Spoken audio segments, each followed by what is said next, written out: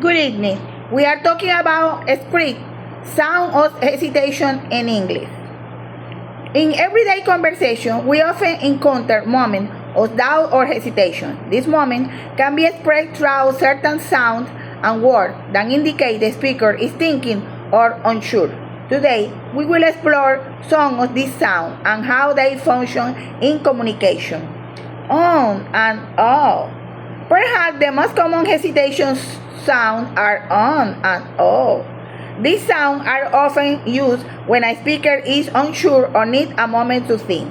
For example, what do you think about the new project? I think it has potential, but I am worried about the timeline. Example 2. Did you finish the report? Not yet. I am still working on it, and I had to gather more data first. Another is well.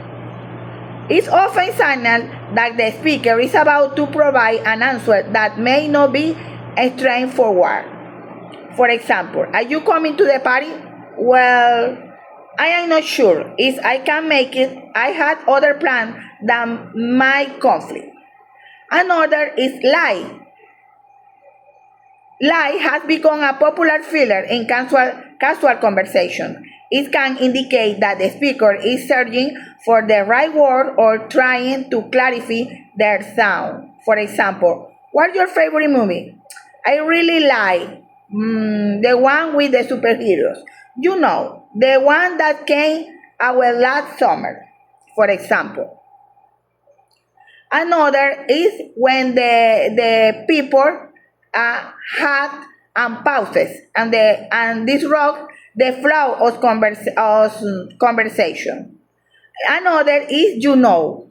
The phrase did you know is another to signal hesitation. It can create a connection with the listening as the speaker is looking for understanding. For example, what do you choose that option? Well, you know, although it will be more efficient, it's just seeming like the best choice at the time.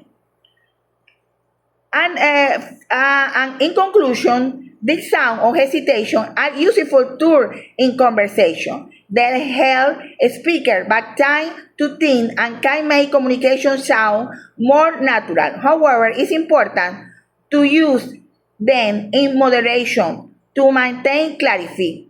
Over time, hesitation sound can lead to misunderstanding, can make the speaker seem less confident.